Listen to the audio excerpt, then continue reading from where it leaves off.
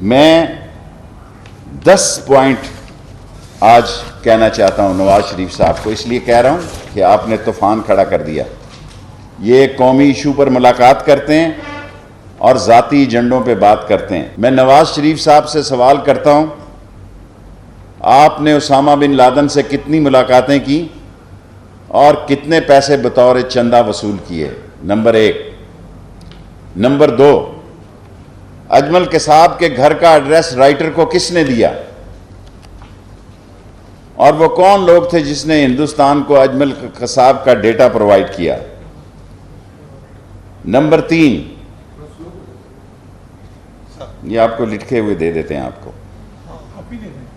Number 3، دشمن ملک کے سربراہ مودی کو ملک سے باہر فون کیوں کرتے تھے آپ؟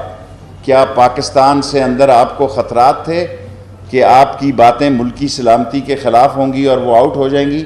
جتنی کالیں آپ نے مودی کو باہر سے کی ان کی تعداد بتائیں اور اس کا ایجنڈا بنائیں۔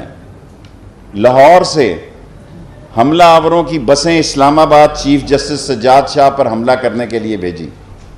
لاہور سے جو بسیں آرگنائز کی کس نے کی اور جو یلغار کے لوگ اکٹھے کیے اور کس نے پنجاب ہاؤس صبح ان کو ناشتہ کروا کے سپریم کورٹ پر حملہ کروایا؟ اور بیماری کا بہانہ کر کے آپ ملک سے گئے۔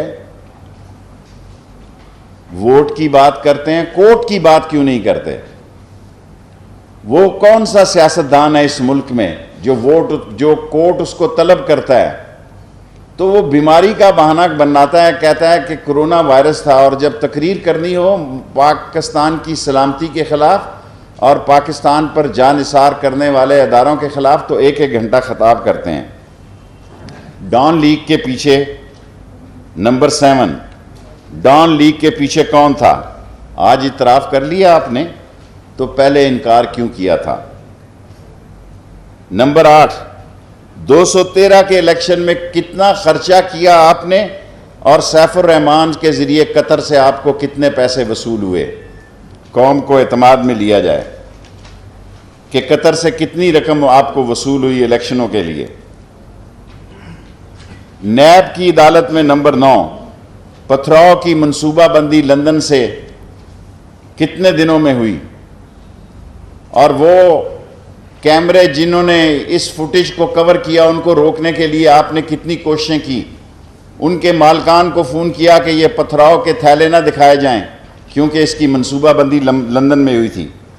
اور نمبر 10، بے نظیر کی کردار کشی کے لیے پیٹر گیلبرتھ کے جعلی دستخطوں سے، بے نظیر کی کردار کشی کے لیے پیٹر گیلبرتھ کا لیٹر حسین حقانی کے دستخطوں سے کس نے جاری کیا؟ میرے پاس چھوڑو، میں آج 10 سوال چھوڑ کے جا رہا ہوں اور مجھے امید ہے کہ سوار تک ان 10 سوالوں کے جواب مل جائیں گے کیونکہ میں مختصر پریس کانفرنس کرتا ہوں۔ اب آپ 5 منٹ کے لیے اپنے سوال صاحب یہ بتائیں کہ سابق گورنر سندھ نے یہ کہا ہے کہ میں ملا ہوں، کیا وہ کمپنی کی مشہوری کے لیے بات کر رہے ہیں؟ سابق گورنر صاحب زبیر صاحب نے 36 سالوں میں کوئی ملاقات نہیں کی۔ میں اس وقت میٹنگ میں موجود تھا اور قوم مجھ پہ یقین رکھے میں جھوٹ نہیں بولوں گا۔ چاہے 1 منٹ جواب تو دے دوں نا۔ اس وقت جس وقت چیف آف آرمی سٹاف وہاں موجود تھے اور کیا نا general Humayun corps commander Karachi موجود تھے، میں بھی انہی 6-7 لوگوں کے ساتھ بیٹھا ہوا تھا۔ بالکل کوئی قمر جاوید باجوہ صاحب نے یہ نہیں کہا کہ میں وہاں آ رہا ہوں یا جا رہا ہوں۔ 36 سال سے قمر جاوید باجوہ صاحب کی زبیر سے کوئی ملاقات نہیں۔ نیکسٹ کوسچن، 5 منٹ ہیں پورے۔ قمر باجوہ صاحب کی جو ملاقاتیں اس میں اتنا چرچا چل رہا ہے، جنرل باجوہ صاحب کس کیپیسٹی میں سیاسی رہنما؟ He is the respect and most honorable man of this country۔ جو ٹڈی دل ہو، جو سیلاب ہو، جو زلزلہ ہو، جو بھاشا ڈیم ہو، جو نیلم جیلم ہو، جو فینسنگ کرنی ہو، جو فاٹا کو شامل کرنا ہو، آج پاکستان کی فوج اپنی سول حکومت کے ساتھ شانہ بشانہ کھڑی ہے۔ اور قمر جاوید باجوہ نے یہ کہا اس میٹنگ میں 16 تاریخ والی کہ ہمیں جو بھی منتخب حکومت ہوگی ہم اس کے تابع ہوں گے۔ شیخ صاحب آپ نے ایک سوال، شیخ صاحب آپ نے کتاب لکھی بڑی پاپولر ہوئی، اب ملاقاتوں کا ذکر کرتے ہیں، کیا آپ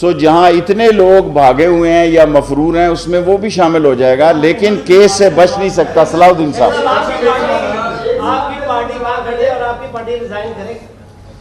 میری پارٹی تو ریزائن کرنا نہیں چاہتی، شین لیگ جو ہے وہ بہتری کا راستہ اختیار کرنا چاہتی ہے، لیکن نون لیگ جو ہے اور میم لیگ جو ہے، نون اور میم کا جو آپس میں اتحاد ہے، یہ پتھراؤ کی سیاست جو نیب پہ ہوئی، یہ لندن سے پلان ہے۔ آپ کا ہو گیا ایک سوال یار، آپ کا بھی ہو گیا۔ Last 3 question only.